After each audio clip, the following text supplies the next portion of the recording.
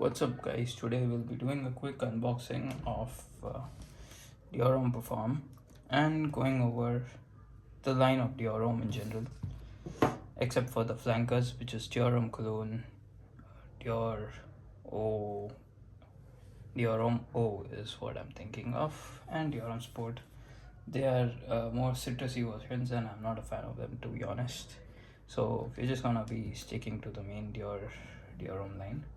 Now, before we get to the unboxing, let's quickly go over these. I've this is an old bottle, to be honest, not old exactly, but yeah, I just wanted to compare the packaging, so I put the Dior Homme Intense in this. Now, this is Dior Homme 2020, right?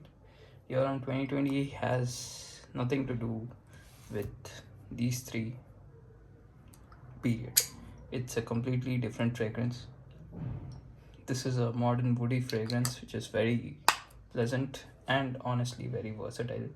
It is a fragrance which I quite like, and I don't mind pulling this out at any time of the year, other than extreme cold, to be honest, which doesn't happen.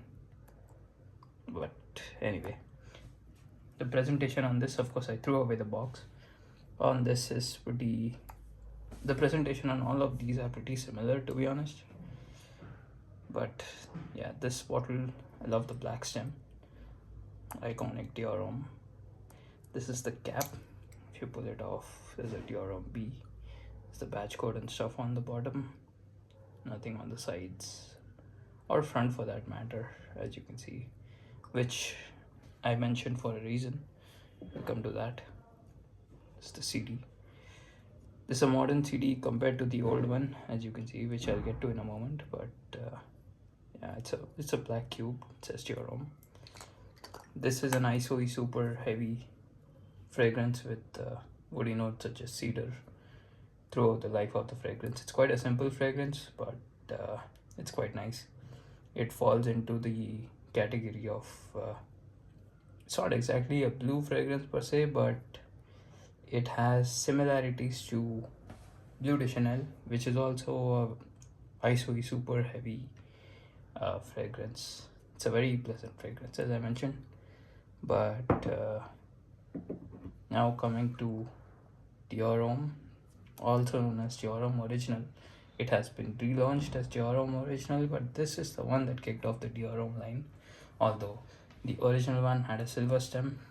This is Dior Homme 2011, unless I'm mistaken. It's a 150 ml bottle.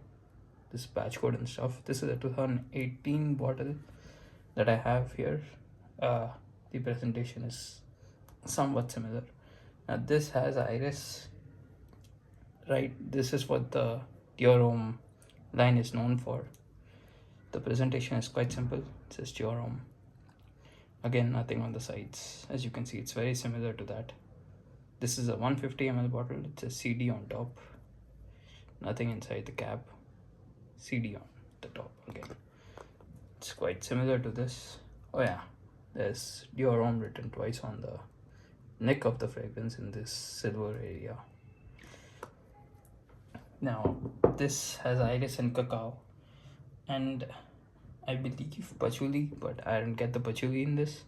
This is a very iris heavy fragrance, right? If you don't like the note of iris, stay away from all these three, right? You can try this out.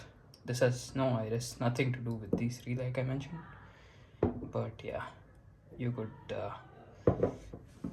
try. If you can find Dior Homme Original, you could just try this out. It's worth trying. Now this is Dior Homme Intense. Now just going over the packaging between these two, right? Of course, this had a CD sticker on top as well. I'll just show it to you. This is the bottom of the packaging. It's quite similar, except this has a golden font.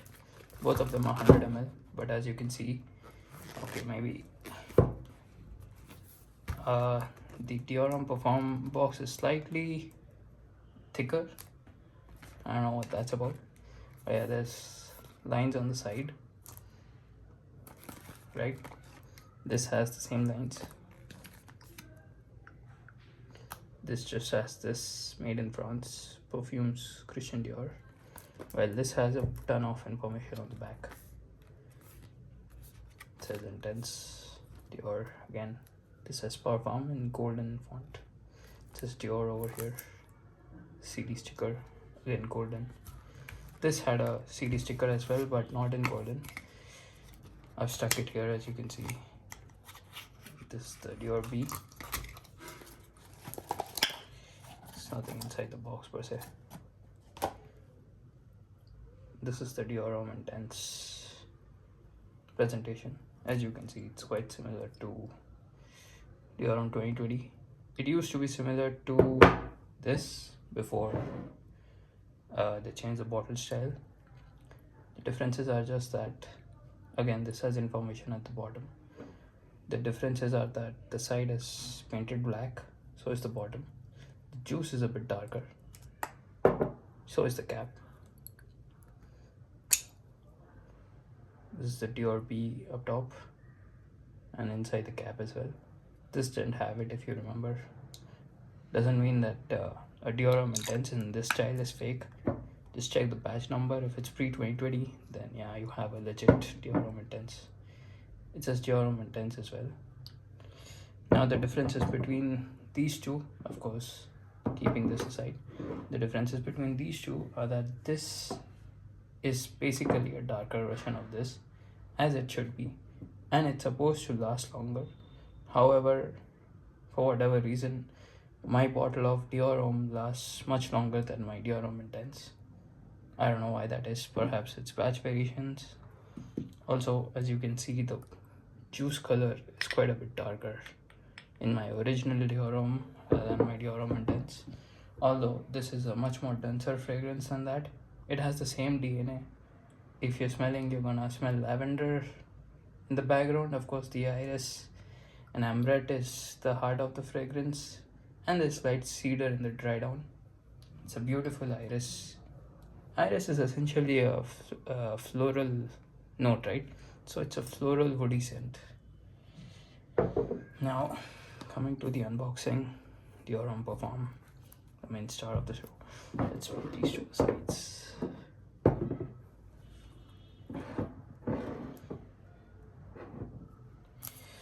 Okay, here we go.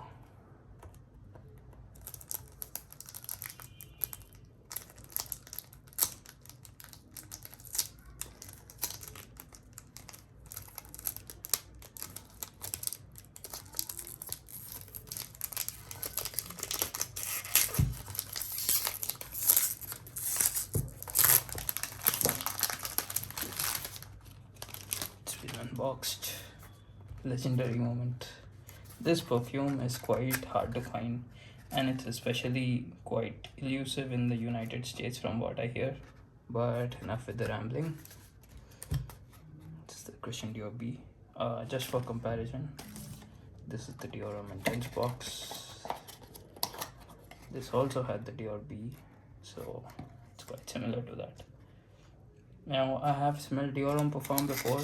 The differences between this and Dior Homme Intense is that this has oud and rose in it as listed notes. Of course, there's nothing in the box other than that. This has Italian orange in the opening as well, and it has leather. Now, the rose is not particularly prominent in this fragrance. The oud somewhat is comparatively. Of course, let's go for the presentation first. It says CD. Although this is a newer bottle, it does not have the CD such as these two, at least in the same style. It still uses the older style, which is curious. It says Dior Homme Parfum in golden font. Of course, the way you know that this is a newer bottle is that the older Dior Homme Parfum had it in a very easy to look at font similar to this, just a Dior Homme Parfum like this. So yeah,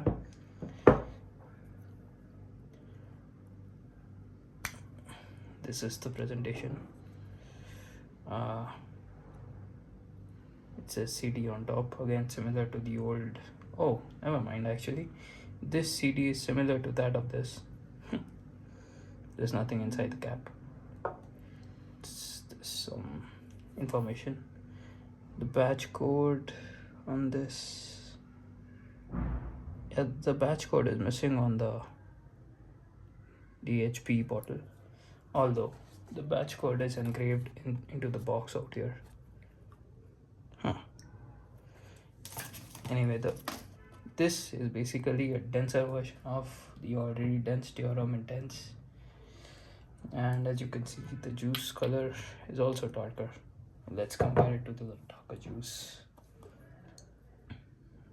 It's even darker than my Dior Homme. So yeah, first spray, guys.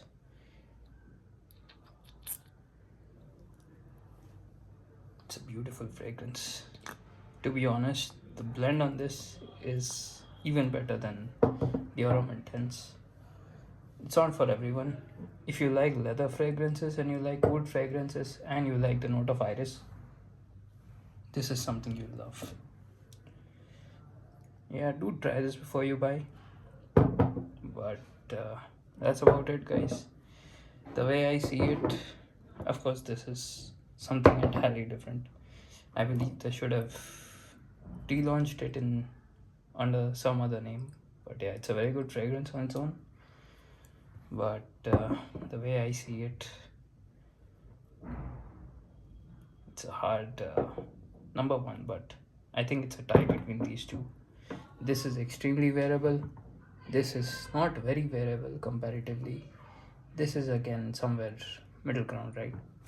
This is for extremely cold climates.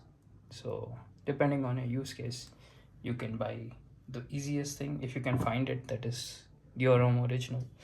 This is the easiest one to pull off, but it's very hard to find these days. So if you're looking, also this is not easy to find either, but between these two, I say this is a more polarizing fragrance. So try before you buy this. This is quite easily available everywhere. So yeah, of course, try any fragrance before you buy. That's about it. Thanks for watching. Like and subscribe. Peace out.